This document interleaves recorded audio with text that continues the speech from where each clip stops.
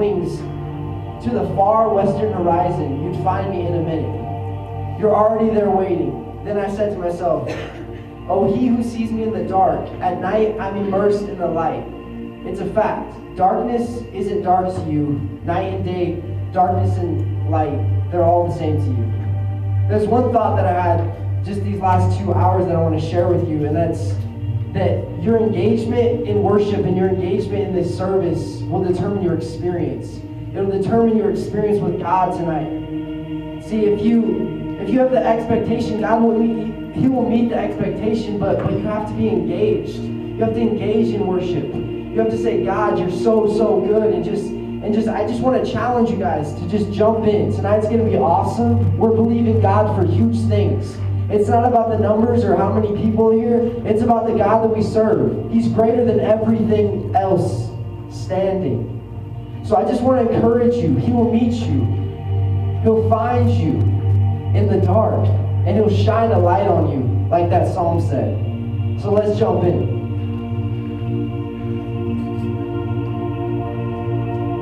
Feeling in my bones are about to move.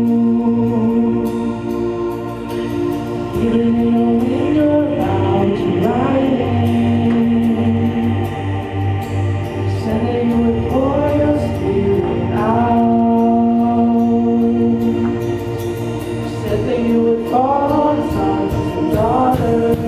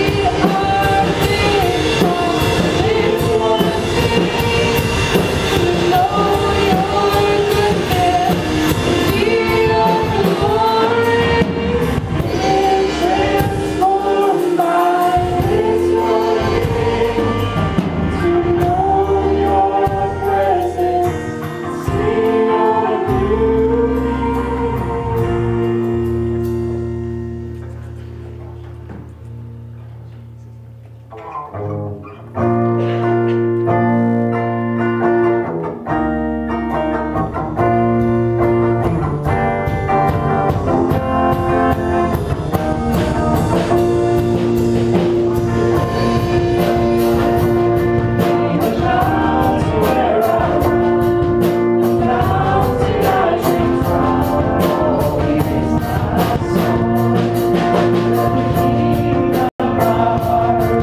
the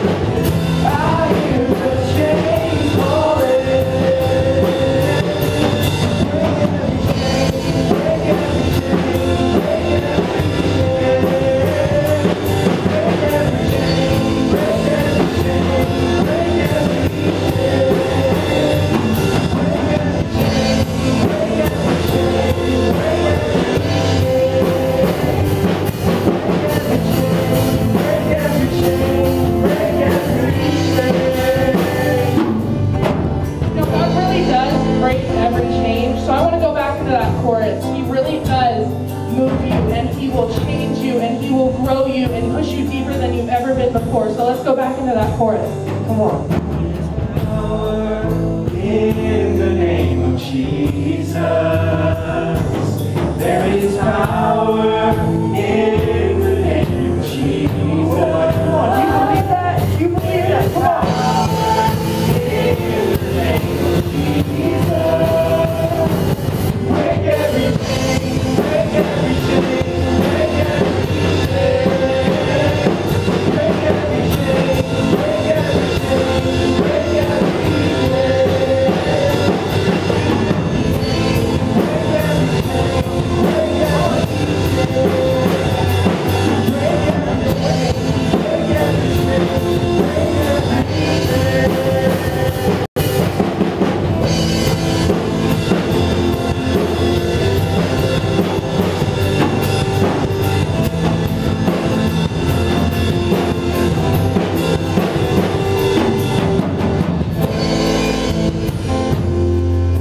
Come on, just the voices. There is power in the name of Jesus. Come on. In the name of Jesus,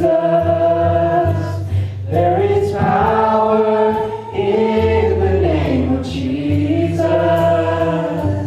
there is power. In the name of Jesus, to break every chain, break every chain, break every chain, break every chain, break every chain, break every chain.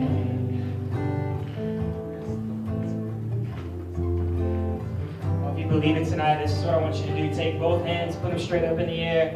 Straight up in the air if you believe it tonight. And pray this prayer with me. Say, Dear God, Lord, whatever the chains are in my life, I give them to you to break them.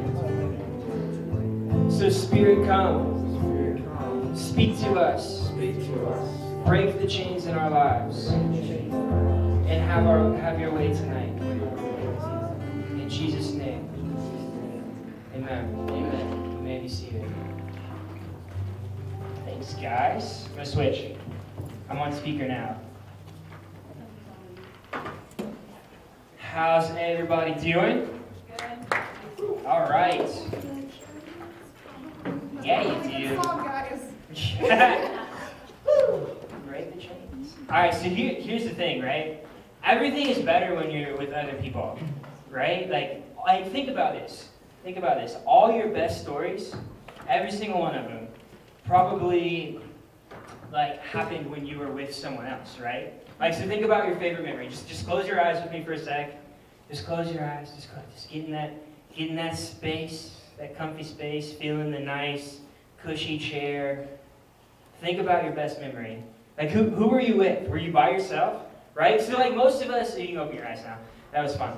So, like, most of us, right, like, the best things happen when we're with other people, right? So, like, some of my favorite memories, so I had a friend who lived in South Carolina, and his parents had a really big, like, plot of land where they had black Angus cows on there. Now, there are two things, and I've told you this, that South Carolina has going for it. It's rednecks and Republicans, right? Because when you put that together, regardless of whatever political persuasion you may be, when you put together rednecks and Republicans, you can bet you're going to have a lot of guns and a lot of fireworks. And so we had a lot of fun with fireworks. We had a lot of fun with paintballs. But like some of my best memories out there on this like random ranch out in the middle of South Carolina. And there was one in particular. There's a funny story. We were playing paintball out there one day actually.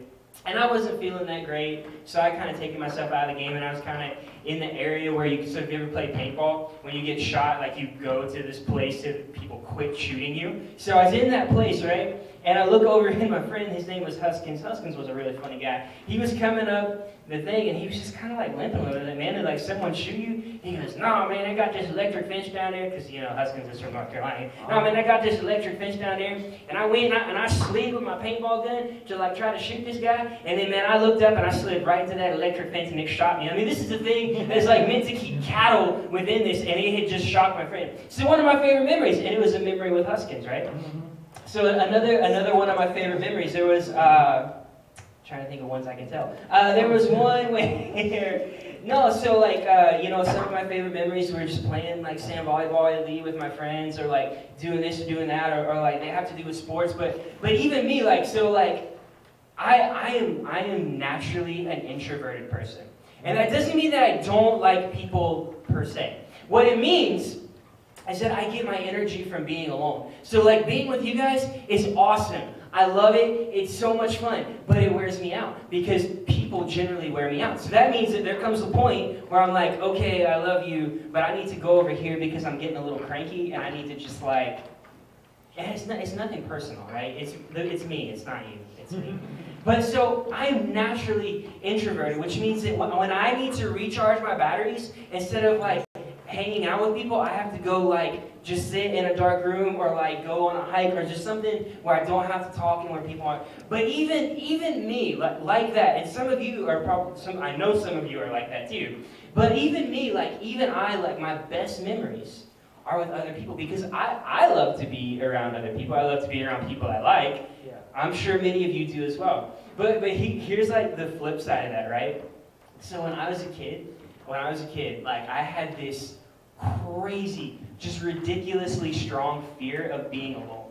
Like I was literally just terrified to be, like if I ever got this feeling that I was all by myself, it would just freak out and I would try to go find my mama because she was a Christian and I knew Jesus loved her and was with her. My daddy, I wasn't so sure about, he's a pastor. I wasn't so sure about him. But like my mom, I knew like if I found her, then God was with her, and so there would be at least the three of us there. But I had this like deadly, just this like paralyzing fear of being alone because I had watched these movies that had really freaked me out. So like anytime I realized I was alone, I would panic, right? And this was maybe a couple years in my life, like 3 or 4 years ago. Just kidding. No, it's when I was like 11, 12, 13 years old, a little bit younger, but still, like I would get super panicked. So there was one day actually, so my dad is a pastor in the South, and a lot of churches still, they have what they call a parsonage, right? Which is basically a house that they designate for their pastor to live in. In this case, we were living in the parsonage. It was the house owned by the church that we lived in. It was right next to the church.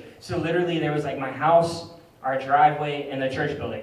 And this was a Sunday afternoon, and this was back when we still did church on Sunday nights. So we were like hanging out in the afternoon between Sunday morning service and Sunday night service. And I'm watching movies, I'm in my PJs, and I had these like Tasmanian devil slippers where like my foot was inside a Tasmanian devil's house, like mouth, like it was just like right in there. So it looked like I had 2 Tasmanian devils just like latched onto each feet. Because Tasmanian devil is the best Looney Tune ever. If you disagree, I'll fight you, like Taz. So anyways, so I had my Tasmanian devil slippers on. I was in my PJs because it was Sunday afternoon, and Sunday afternoons are for napping. Kid, I get out. And so, but I'm doing whatever, and all of a sudden I realized, like I'm sitting in this house, and I'm like, I am all by myself right now. There is no one in this house. It is crazy quiet, and I just panicked. I ran outside in the pouring rain. Now look, when it rains in the South, tell them, Nick, it rains. Like you step outside and you were like just soaked head to toe. So it was raining, but I panicked because I was all alone, and so I took off running down this driveway, just like screaming and crying, like, "Mama, help me out!" And she comes out of the church and she finds me okay because I was just so terrified of being alone. Now here's the question: now, have you ever been alone, like all alone, and then you realize you're alone and you're like, I don't really like this right now. It's too quiet, it's too dark, it's too this, I don't know. Because when you're alone, and then you get that feeling like, maybe I'm not alone, like maybe something else is here. I get that, I come to the church late at night to do things, and I'm walking down the hallway, and I'm like, oh, it's just me, I don't need to turn the lights on. And then I'll walk past a dark room and be like, what's going on in here? Because no one likes being that alone, right? So I had this irrational fear of being alone. And maybe you've had that too, or maybe you just have these moments. Sometimes Jamie gets like this. She'll just come home and she'll just be like, I need attention. All right? And she's saying like, right now, I just can't be alone. Like I need someone to like demonstrate their presence with me. I need to know that someone's there. And sometimes when we face things in life, we just need to know that someone's there, right? We just need to know that whatever we're facing, however dark and creepy and creaky the hallway is of the church, we just need to know that you're really not that alone. You just need to know that, whatever difficult time you're going through, like, you're not all by yourself. Yeah. That there's someone with you, that you're not facing it all by yourself. So tonight, I want to talk about this idea that you're never alone. You are never alone. And this connects beautifully into our Spirit series that we've been talking about, because a couple weeks ago, we talked about how the Spirit comes to us and the Spirit tells us who we are. So the truest thing about anyone in this room is that God loves you beyond what words can describe. Yeah. And so that you are a son and a daughter of God, and the Spirit tells that to us. The Spirit speaks that to us, that you are a son and you are a daughter of God. And so you just got to start acting like it, right? You just got to step into what it means to be that. And then last week we talked about how the Spirit comes to us, the Spirit of God comes to us and connects us to our purpose, and how we have this purpose to play in this world. And the way we fulfill that role, the way we step into that, is when the Spirit comes to us and empowers us and fills us and guides us in doing so. But also, and probably most importantly, the Spirit is with us so that we are never, ever alone. The Spirit is always there. And we read about that tonight when Garrett read Psalm 139, 1 through 12, and let's read it again together. It says this, it says, God, investigate my life, get all the facts firsthand. I'm an open book to you, even from a distance, you know what I'm thinking. You know when I leave and when I get back up. I'm never out of your sight. You know everything I'm going to say. Before I start the first sentence, I look behind me and you're there. Then go ahead and you're there too. Your reassuring presence coming and going, this is too much. Too wonderful, I can't take it all in. So these verses start with this acknowledgement that, like, God is there. Like, God knows me. God sees every bit of me. God is all, as great as He is already wherever I can think of being. And then it goes on to say, is there any place I can go to avoid your Spirit? To be out of your sight. If I climb to the sky, you're there. If I go underground, you're there. If I flew on morning's wings to the far eastern horizon, you find me in a minute. You're already there waiting. Then I said to myself, he even sees me in the dark. At night, I'm immersed in the light. It's a fact. Darkness isn't dark to you. Night and day, darkness and light, they're all the same to you. And so this is telling us that God is everywhere. The Spirit of God is all over this earth. And sometimes when I read this passage, because, you know, like when I talk to you, I can say things differently, and it communicates different things, right? So I can be like, hey, what's up? And you'd be like, oh, he's going to give me like, what's up? And you'd be like, oh, he's like mad about something else, right? So sometimes when I read the Bible, like, I read it in different voices. And sometimes when I read this passage, I'm thinking like, this guy's like, God, I really want to get away from you. Like, leave me alone, like, stop. But like, God is already there. And then sometimes I'm thinking like, maybe this guy's going through like a really hard time, and he's thinking, thank goodness, wherever this world takes me, wherever I end up, God, even if it's hell itself, you are there. And so this is an affirmation that you're never alone, because God is everywhere. Now here's the thing, right? So when we start talking about God being everywhere, and when we start talking about God knowing your thoughts and your feelings and all that kind of stuff, for some of us, that's really, like, it kind of freaks us out a little bit, right? Like, I don't know about you, people don't need to know everything I'm thinking. I may not have any friends, because I got this thing called filter, and sometimes when it comes here, I make sure it doesn't come out here, because sometimes it's not the right thing to say, right? Like, how many of you, like, every thought that you've ever had, you would just want to, like, broadcast it on your forehead, right? Just, like, whatever it is. I'm glad that we don't have that on Wednesdays, because some of you looking at me like, I don't need to know what you're thinking. I'm not God, right? So, like, some of us, we start talking about God knowing everything about us, and we're like, whoa, that's too close. That's too much. I don't know if I want to let anybody in like that. I don't know if I want anyone to really know what that's all about. I don't know if I really want someone to always be there. I don't know if I really want someone to know everything.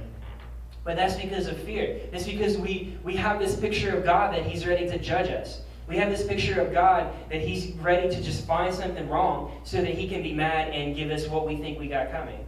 But here's the thing, right? So when you realize and when you experience the love of Jesus, when you know the extent to which God would go so that you could be His daughter, so that you could be His son, when you realize that the way He looks at you is not, oh man, this person really sucks. It's like, no, He's looking at you through eyes of love. Yeah. And so when that is the first thing that we know, then it's great that He knows it all, because He knew it all and He still loves you. He knows it all and He still died for you. So like when God sees every little part of, like, He knows what you're doing, He knows what you're thinking about doing, He knows what you're feeling, He knows your hopes, He knows your fears, He sees the joys, He's there in the pain. Like, He gets it all. But his love is still present to you because it's everywhere. And so this becomes an issue when we feel like we're not good enough. This becomes an issue when we feel that we've messed up. Because what's the first thing that I used to do when I mess up? I quit praying. I quit reading my Bible. Because if I mess up, surely God doesn't want me talking to him. So I need to go get this straight before I try to come back to him. But that's not it. Because God already knows that I messed up. It's not like I can hide it from him. God already knows what I'm thinking. God already knows the pain I feel. And so we need to just embrace and come back to his presence when we're there. Because he sees it all. He knows it all. And he loves us all the same. God is everywhere. Look at your neighbor, say everywhere. Everywhere. Look at your other neighbor, say, you can't run. That was creepy. All right. So God is everywhere. But here's the thing, right? If God is everywhere, this is also true. The Spirit of God is with you. Now, I mean that in a few different ways, but let's look at the passage first. Jesus tells us in John 14, 15 through 17, he says this. He's talking to his disciples. He says, if you love me, show it by doing what I've told you. That makes sense. I will talk to the Father. He will provide you another friend so that you will always have someone with you. This friend is the Spirit of truth. The godless world can't take him because it doesn't have eyes to see him, doesn't know what to look for, but you know him already because he's been staying with you and will even be with you. And so God is everywhere, but the Spirit of God is with us. Look at your other neighbor and say, with us. With us. So yes, God is everywhere, but in the absence of Jesus, I have never physically seen Jesus. If any of you in this room have physically seen Jesus, come talk to me. I would love to hear that story, and we'll even let you talk about it on Wednesday night. But I have never physically seen Jesus. But I know that God is with me, that God is with me always, because the Psalm says that the Spirit of God is everywhere, that even if I go down to the depths, if I go to hell, God is with me even in the worst thing being in the worst place I could possibly imagine. God's presence is there. But then Jesus tells us that as he's going, he's going to send the Spirit of God to us so that we have a friend. Another word for that is an advocate. Another word is counselor. The word that's used there, as Zach alluded to last night, is the parakletos. It's a Greek word that means one that's on your side. And so not only is God everywhere, but God is specifically with you. When you're walking down your hallways at school and you're not having a good day, or when you're having a great day, when you're in class and you're struggling to, or in the good or the bad, God is with you there. God is with you in every single moment. He's never far from us. He's always there. How many of you, and if you feel comfortable, you can raise your hand. How many of you have ever just been praying or been doing something and just felt like God was just right there? You didn't see anything, you didn't necessarily but you just felt like God was just right, you could just reach out and just poke him, right? So you've had that experience. That is the experience of the Spirit of God. So when you felt that, yes, God was there. God was with you. God was showing you his love. God was showing you what you mean to him. And so when we have that experience, it is what Jesus promised, is that we would have one that was with us, one that was on our side. And so we have the Spirit. We have the Spirit that is a friend, a Spirit that is an advocate, a Spirit that is a counselor, or a lawyer is another way to think about it. So what do lawyers do, right? When people are accused of doing something, whether they did it or not, they get a lawyer. What does the lawyer do? The lawyer stands before the judge and speaks on behalf of the person that's accused. He defends the person that has had charges brought up against him. He says, no, this person is innocent, or this person does not deserve that punishment for these reasons. And so God that is with us is not with us in a way that brings accusation. It is not with us in a way that brings condemnation. It's not with us in a way that's supposed to make us feel worthless or to make us feel like we're never going to get it right. But he's with us as someone who's on our side, as someone who speaks up when we don't have the words to talk about it ourselves, someone who speaks up and defends us. When you're facing hard times, whatever it is, he is with you, not just in the sense that he's there, but he's on your side, he's got your back. Several weeks ago, we talked about our Ride or Die series. You got those people in your life that you know that no matter what comes, they're going to be right there with you, duking it out with you. They're going to go to the mat. They're going to fight with you, whatever it may be. And that is the Spirit of God.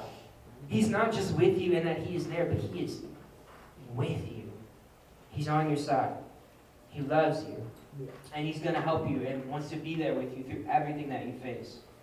And so this is what it comes down to, right? It's going to be a super short message tonight, right? So this is what it comes down to. Like, many of you either have or will experience some kind of uncertainty in your life, right? Some of you in this room, you're graduating, and that really freaks you out. Because everyone's like, hey, what are you going to do with your life? And you're like, I don't know, I'm 18, right? So they keep asking me that. I don't have a good answer. So, but like some of you, like you're getting ready to graduate, and that really freaks you out. Or maybe some of you, like you're getting ready to move to a new campus, and you're not sure, like, are the friends I have, are they still going to be my friends when I go there? Like, am I going to like my teachers? Am I going to know where I go? Like, you're thinking about all these things that just worrying you. Or some of you, like your home situation is not what you want it to be, and it just doesn't feel like a safe place. It doesn't feel like you're there and people are there with you, but it feels like you're all alone because no one's with you. You don't feel like anyone's on your side. Or maybe within your friend group, the people that you thought were there with, maybe there's some strife. Maybe there's some drama, some stuff going on where it doesn't feel like they're with you anymore. But here's the thing, whatever you face, whatever comes against you, whatever the issue may be, God is there with you. And not only is God with you, but the Spirit is with you. It's on your side to help you face it all, to help you live in that moment as a son, as a daughter of God. Think about this though, right? So if God is with you, and the primary thing is love, like I will tolerate a lot out of people I love, right? Like people that mean something to me, like I'll put up with a lot of junk from them, right? So like my wife, my mom, my dad, my sister, like they can talk to me, they shouldn't always, right? Sometimes you just get rude. But like they can do things that I don't like, and like I'll deal with it probably a lot more than I might with some of you, right? Because of that loving relationship. I love each and every one of you. But because of that loving relationship I have, like they can talk to me in ways that if a stranger at Fred Meyer talks to me, we're gonna have a problem, right? You know what I'm saying? Like I will put up with a lot from them because I love them. And that is like the starting factor in our relationship. That come what may, I may not like what you're doing. I may not like what you just said to me. I may not like whatever it is that's going on right now. But first and foremost, I love you. And so I'm going to be with you no matter what, right? And we all have that in our family. Like our family's going through that, right? We're like, we don't approve, we don't like it, we don't always, but like we love that person. And we're committed and we're going to be there no matter what. And that's God to us. That's God to us. He starts with love and works it out from there. He doesn't always like what we do. He doesn't always approve of what we do. And really, honestly, like when we do things that are against His will, when we do things that are against His teaching, it makes Him sad. Because when we follow His will, we follow His teachings, we can live a better life. And so when He sees us not doing that, He's sad because we're not living the life He's offered. But it's always love. It's always love. It's never not love, right? So when we start with that, God with us, can mean that we're not alone. It means that we can face whatever may come and we have someone on our side. And that's the Spirit of God. See, if God is everywhere, if the Spirit of God is with us, the Spirit of God is with you, the question is not, where is God? Or the question is not, is God present? The question is, how is God present? And the question is, how am I going to respond to it? Right? Because God is here. If we take the Bible seriously, if we take seriously what Jesus has promised us, then there's never anywhere we're going to go where God is not. There's never anywhere we're going to go where God's love is not what meets us there. There's never anywhere we can go, even when we're trying to, right? There's never anywhere we can go when we can get away from the presence of God. And so the question is, how is God present? Is He present? How is God present? And then how do we respond to it? Are we going to be sensitive to what God wants us to do? Are we going to be sensitive? Are we going to try to pay attention to how God is present in this situation? To ask Him what's going on, to see what He wants to do, to allow ourselves to be led by the Spirit, whatever that may mean in that moment. So even like in our own life, like you're not alone. Like that's the first truth that we need to like ground level floor right here. You're not alone. You're never alone. Even when you feel most alone. Like here's the thing. And Jasmine, if you want to play that playlist very softly for us as we get ready to grab and sing it. Like, I've talked to many of you, and you've been like, I just don't feel like God is there, right? I don't feel close to God.